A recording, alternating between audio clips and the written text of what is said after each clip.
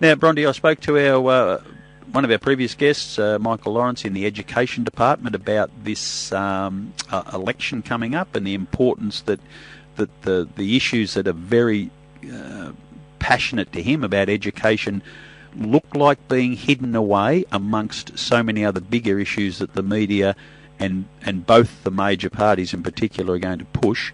One of the things that neither of the major parties are going to talk about much during the election, it's going to be up to the media to push it, is the Sexual Discrimination Act, or the Religious Discrimination Act, that's tucked away in behind the Parliament. But for your world, it is a major issue. At the end of an election, if it's not talked about, whoever wins is going to say, we've got a mandate to do this or that with whatever.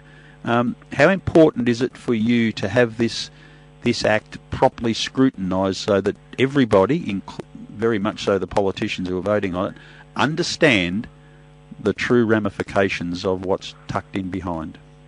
It's really important, and I think it's probably the subject of a whole other chat with you at a later date. But you're spot on that if this sort of topic, and there's obviously others as well, are not raised, and if candidates are not questioned about their stance on it, then it could easily just happen. As you said, the party that gets in will say that they've got the mandate, they were voted in, and therefore, that's going to become law. But there's some really shocking potential stories coming out of that piece of legislation. And like I said, I think it'd be really good to put a focus on some of those stories in another session.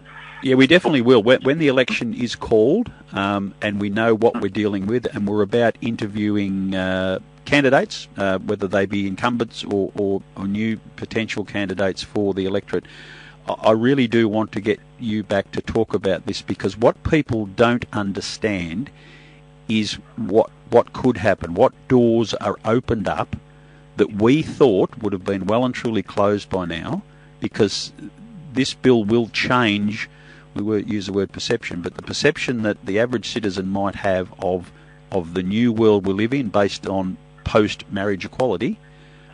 Some of those doors are potentially going to be closed, and other unpleasant ones are potentially going to be opened, it would appear. Yeah, and it's not just about people from the LGBTIQ plus community, it's people who are people with a disability. It's got ramifications potentially for people who seek services from various religious organisations or aged care, for example. So it's not just people who are from the gay community, and that's the stuff that needs to be brought to the surface as well. But it's not, it's far broader. It's very much going to have an effect on the gay community or the LGBTIQ plus community, but it's also going to have a far broader impact than just on that community.